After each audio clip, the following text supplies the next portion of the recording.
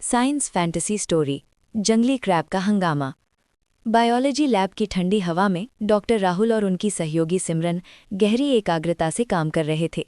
Lab की दीवारें चमकदारी शीशे की अलमारियों से भरी हुई थीं, जिनमें सैकड़ों समुद्री जीव, झींगे, स्टारफिश, सील्स और अन्य सी एनिमल्स ग्लास जारों में सुरक्षित पैक थे।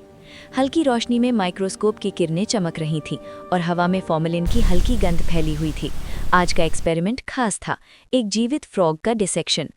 राहुल, देखो इसकी नासिकाएं कितनी साफ दिख रही हैं, सिमरन ने उत्साह से कहा, जबकि राहुल स्कैल्पल से फ्रॉग की त्वचा को सावधानी से काट रहे थे। वे दोनों पीएचडी स्टूडेंट्स थे जो समुद्री जीवों के व्यवहार पर रिसर्च कर रहे थे। लैब शांत थी, सिर्फ टाइमर की टिक टिक और उनके फुसफुसाते संवादों की आवाज़ गूंज रही थी। अचानक एक जोरदार शोर हुआ, जैसे कांच का टूटना। दोनों चौंक पड़े।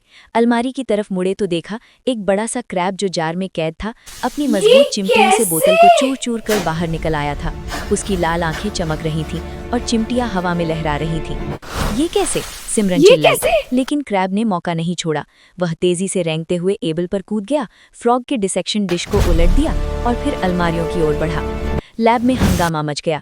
क्रैब की चिमटियां हर तरफ बिखरीं। वह एक जार को तोड़कर झींगों को आज़ाद कर देता तो दूसरे को पटककर स्टारफिश को उछाल देता। कागजात उड़ने लगे, माइक्रोस्कोप गिर गया और फर्श पर कांच के टुकड़े बिखर गए। पकड़ो इसे, राहुल ने चिल्लाया। दस्ताने पहने हाथ से क्रैब की ओर झपटा। सिमरन ने एक नेट उठाया, लेकिन क्रैब फुर्ती से बच गया। वह टेबल के नीचे से निकला, राहुल के पैर पर चिमटी मारी।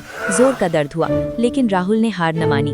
दोनों ने मिलकर उसे घेरा। सिमरन ने नेट फेंका और क्रैब को पकड़ लिया, लेकिन अगले ही पल क्रैब ने अपनी ताकत दिखाई। चिमटियां नेट को चीर दी और वह दरवाजे की ओर दौड़ा। दरवाजा थोड़ा खुला था, क्रैब बाहर निकल गया। लैब के बाहर शहर की हलचल भरी सड़क पर शाम ढल रही थी। क्रैब जो कभी समुद्र की गहराइयों का राजा था, अब जंगली हो चुका था। वह सड़क पर रेंगने लगा, कारों के पहियों से बचते हुए। अचानक एक साइकिल सवार को देखा, चिमटियां लहराई और साइकिल वाला गिर पड़ा।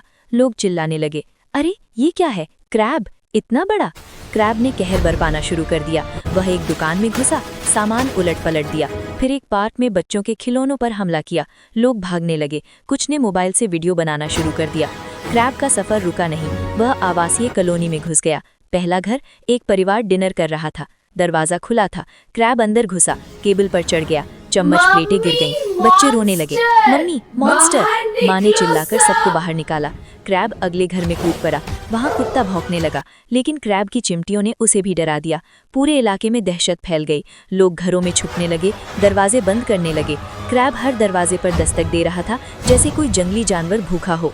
समाचार फैलते ही पुलिस और फॉरेस्टर टीम मौके पर पहुंची। इंस्पेक्टर सिंह ने रेडियो पर आदेश दिया, ये कोई साधारण क्रैब नहीं लगता, लैब से भागा है, नेट और जाल तैयार रखो। फॉरेस्टर, जो वन्यजीव विशेषज्ञ थे, ने कहा यह समुद्री प्रजाति है, खतरनाक हो सकता है। वे सड़कों पर फैल गए, लेकिन क्रैब भुड़ती रहा था। वह नदी किनारे भागा, जहां शहर की सीमा थी। पानी की लहरें देखते ही वह नदी में कूद पड़ा, गहरे पानी में छुप गया। चिमटियां बिंद करके पुलिस ने नावें उतारी, लेकिन क्रैब गायब था। रात हो चुकी थी, सर्च ऑपरेशन मुश्किल हो गया। अगली सुबह हेलीकॉप्टर की गड़गड़ाहट से शहर जाग उठा। वन विभाग का हेलीकॉप्टर नदी पर मंडरा रहा था। पायलट ने स्पॉट किया, क्रैब एक चट्टान के पीछे छुपा था, थका हारा। हेलीकॉप्टर से नीचे उतारा गया एक विशेष जाल, इलेक्ट्रॉनिक, जो जीवित पकड़ने के लिए डिजाइन किया गया था। फॉरेस्टर ने जाल फेंका, क्रैब ने विरोध किया, लेकिन थकान ने हार मान ली। चिमटियां बंद हो गईं और वह जाल में फंस गया। पकड़ लिया, इंस्पेक्टर ने चिल्लाया। कुछ घंटों बाद क्रैब वापस उसी बायोलॉजी लैब में था, इस बार मजबूत स्टील के कंटेनर में। डॉक्टर राहुल और सिमरन, जो रात भर चिंतित थे, अब राहत की सांस ले रहे थे। ये सब इसलिए हुआ क्योंकि जार का ढक्कन ढीला था, सिमरन ने कहा नोट्स में लिखते हुए। राहुल ने मुस्कुराते हुए कहा, अगली बार डबल चेक। लेकिन ये एक्सपेरिमेंट हमें सिखा गया, समुद्र के राजा को कभी हल्के में ना लो। लैब फिर शांत हो गई, लेकिन अब हर जार पर अतिरिक्त लॉक लग चुके थे। क्रैब, वह अपनी नई जेल में चुपचाप बैठा था, शायद अगली साजिश की कल्पना कर रहा था।